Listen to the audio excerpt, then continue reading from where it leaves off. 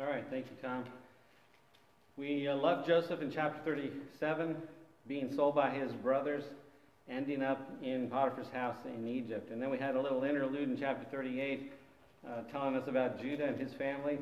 And we come back to Joseph, picking the story up with him in Potiphar's house, and the whole incident here in chapter 39 with his wife. So we want to talk about avoiding sexual temptation first of all.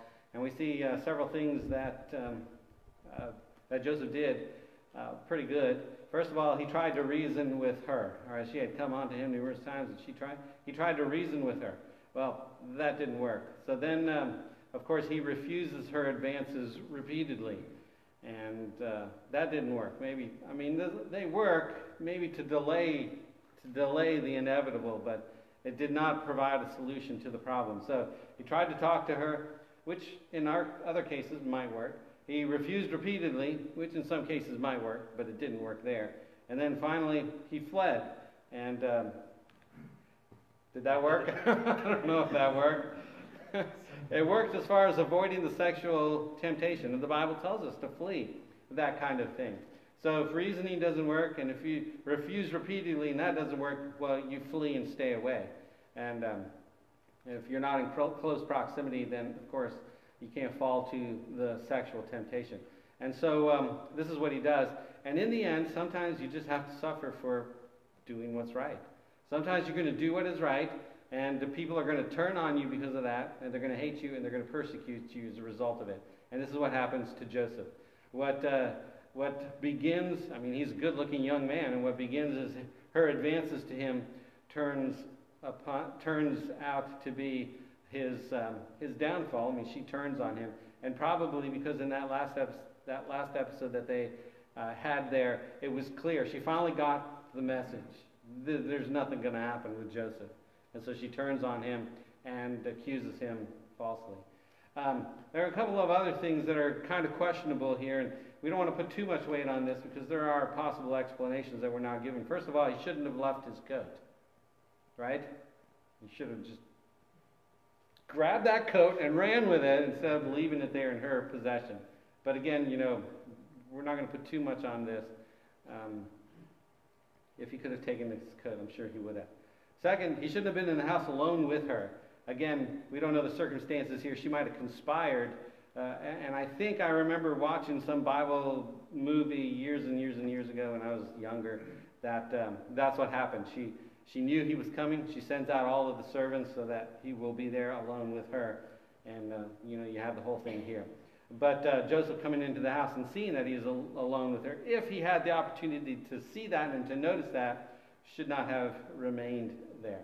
The third thing is, I'm not exactly sure how it happened that he ended up close enough for her to grab him in his coat.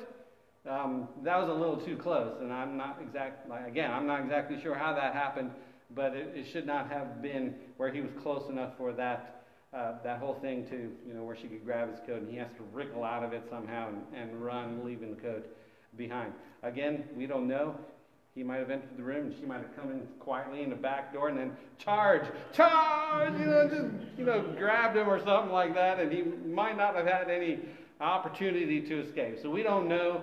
But these are the things that end up to be used against him, if you will. He left his coat. He was in the house with her alone, and he was close enough where she could say, we had this little struggle, and look what this Hebrew did that you brought into our household.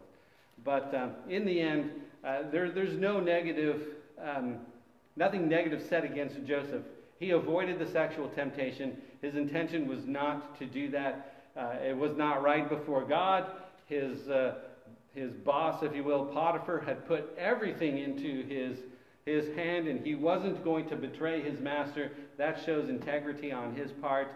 And in the end, he is suffering for doing what's right. So in chapter 37, he is unfairly sold as a slave by his brothers. That was just not his fault. That should not have happened. So that was just a bad circumstance that happened to Joseph. In chapter 39, this is just a bad circumstance that's happening to Joseph again.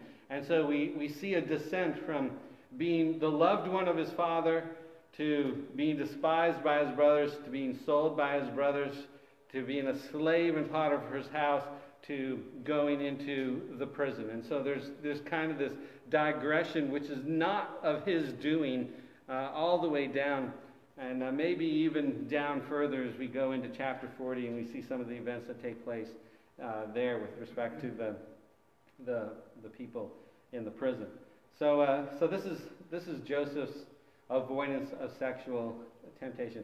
And I think if I may just apply to us in our day, I think it's just it's just important to see this, that this kind of sexual promiscuity is not, it was not right back then. It's not right today. God has a plan, and so we have to make sure that we stay faithful to that and true to God's plan, especially as Christians. We don't want to deviate away from that at all. So if you can't talk it out. If refusing doesn't work, then flee and don't come back into the proximity for it to take place. Don't put yourself in that kind of a temptation. Any questions about that or comments? Ben? Just a thought that's been recently on my mind, listening to different things on it, but it's a couple things. He treats this sin, as you said, as wickedness, which is cool. He calls it out. Doesn't mess around with it. He calls it wickedness.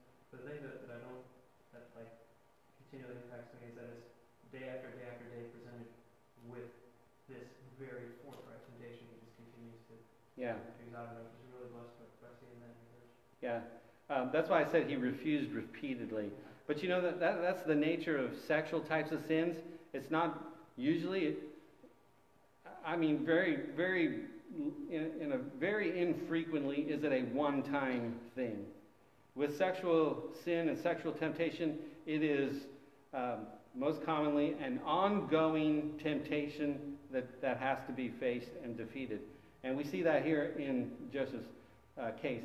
She didn't just try once and give up. She tried repeatedly, even to the point of conspiring to make it come about, and he refuses. So there's an ongoing refusal that is necessary with that. And the fleeing, if I can put it in today's vernacular, if you flee, you stay away from the person, or stay away from the people, or stay away from the situation, or stay away from the place, or stay away from the computer, or stay away from whatever it is that is bringing the ongoing temptation, especially for us young guys, that it can be a very strong temptation, and there's a constant necessity to flee it.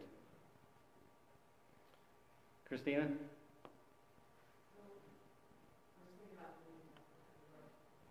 Yeah. So would you say to young men today that this is the first time reading with one time on it, or should they just not instantly believe such a thing?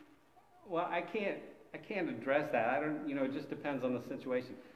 The trying to reason is with Potiphar, and it's because he's got his job there, and his job, he's a slave, and it puts him in proximity to her with no choice, for one. And so the fleeing first may not have been even an option for Joseph, whereas today it might be an option to flee first. And in that case, I would recommend that a young man flee first.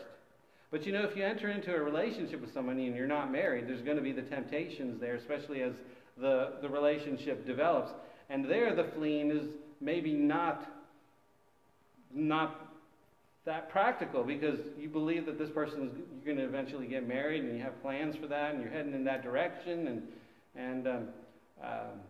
so the fleeing is not the first thing, but the coming up with some kind of plan, trying to reason and trying to talk through it, and trying to come up with some kind of situation where you're avoiding the possibility of that as opposed to fleeing. So it's really hard to say. It just depends on the circumstance and the situation there.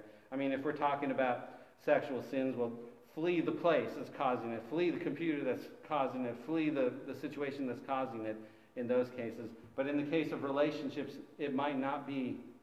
There might be some other kind of advice that has to be followed if the relationship is important and should remain intact. Obviously, Joseph did not have a relationship with Potiphar's wife. And so, there was nothing there to base that on. The fleeing ought to have taken place, although because he was a slave, he might not have been able to do that. Even if she didn't accuse him here, and he fled on that particular occasion, he would have probably had to come back and do his work in Potiphar's house, and he would have had to deal with it again. As a matter of fact, that he refused repeatedly, and she tried repeatedly. There might have been other situations where he was able to avoid it, and if he noticed that she was the only one in the house, or I don't know, he might have been able to avoid the temptations. But on this particular case, when she charged him from behind him and took a hold of him, then it wasn't possible. So. All right, any other questions on this part? All right, the second part that we want to talk about is the 4 things concerning Joseph. And these 4 things, they're mentioned twice in the chapter. Each one is mentioned twice. And it's really testimony to Joseph. And if we ever get close to someone being a God-fearer and serving the Lord, it's in the accounts with Joseph. That's probably the closest we get from Abraham, Isaac, and Jacob. Maybe Abraham to be accepted there. But, here we see some things about Joseph. We've seen these things with some of the others, but I think it comes out a little bit stronger with respect to Joseph. So here it is. First of all, the Lord is with Joseph. That's said twice. Micah, do you have a question? What is it? When Potiphar's wife did that thing on Joseph, why didn't Joseph just go tell Yeah, that's a good question. Hey Potiphar, your wife's been coming on to me, why don't you control her a little bit better? I don't understand what's going on here. That's a real good question, and it's we're not told why. He was a slave, remember, so it wasn't just like a regular relationship. So the fact that he was a slave, for him to bring up an accusation against the master's wife might have thrown him into some hot water. So that might not have been an option. But, that's a good question. All right, so first, 4 things about Joseph. First of all, the Lord is with Joseph. We see that twice. He's with Joseph in Potiphar's house. He's with Joseph in the jail. All right, the Lord is with him. Secondly, Joseph is prospered in whatever he does. The Lord prospers Joseph in whatever he does. Now, this is really interesting and important because whatever Joseph puts his hands to, he succeeds in. But what's interesting about it, he doesn't succeed for his own sake.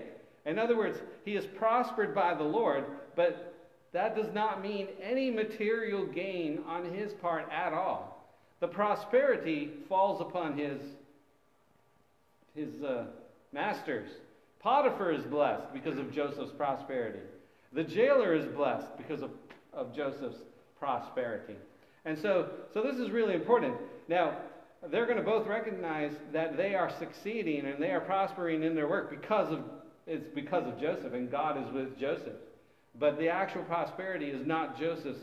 Not the material prosperity is not his. It belongs to his masters.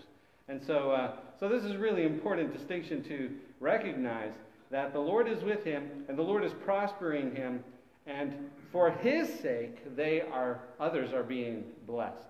And I think that if anything speaks to what we ought to be as Christians, that is it. You might not be liked, or you might not be held in high esteem by others because they know you're a Christian. But the fact that they know you're a Christian, and the fact that God is with you, and He is making things go well, in the workplace or wherever, that should stand out. That should stand out for us. So Joseph is prospered in whatever he does. That's the second thing. Third thing, Joseph finds favor. Joseph finds favor. Hey, you can't help but like Joseph. Potiphar is blessed by Joseph, and he puts him in charge of everything. He's second, and this is kind of foreshadowing, right? He is second, except, for Potiphar. Potiphar is the number one. And then when he gets into the jail, he is second except for the jailer, right?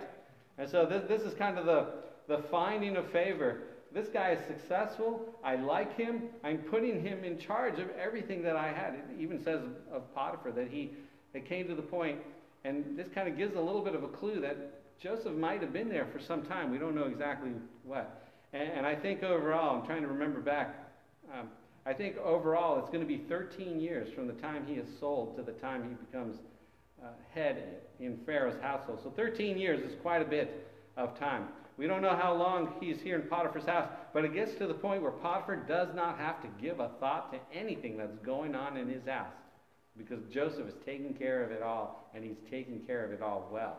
So Joseph finds favor in the eyes of these unbelievers, and then fourth, Joseph is given additional responsibility. So these kind of all go together, but they are mentioned specifically throughout it. So this is Joseph's lot. He is blessed in this way.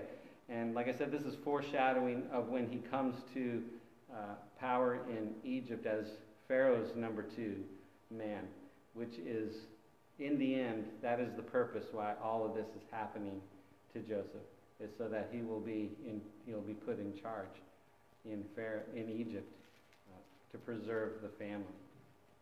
All right, any thoughts about this? Or comments? Daniel? Oh, no, sorry. Jim? All right. Besides God being faithful to Joseph must have been very faithful to God. Or every time something bad happened, it's a good example for all of us. Every time he had bad circumstances, he was still faithful to God. Yeah. And God blessed him for it. Yeah. I think that's an underlying theme. Yeah, that's going to come out particularly in the next chapter. So if you come back next week, the situation with the baker and the butler and Joseph, I think highlights that point that you just made to the extreme. And so we'll talk about that next week. I think it's a very good point. Kevin? With the baker and the butler, Yeah. when he puts faith in man with the butler, isn't that why God doesn't let the butler tell him? Yeah. Well, we'll talk about the butler and the baker next week. So you come on back, and we're going to talk about them next week. This week it's Potiphar and the jailer. So next week is the butler and the baker. Last week on Genesis, I figured I'd drive to church. All right, any other comments or questions? All right, wonderful. Let's pray.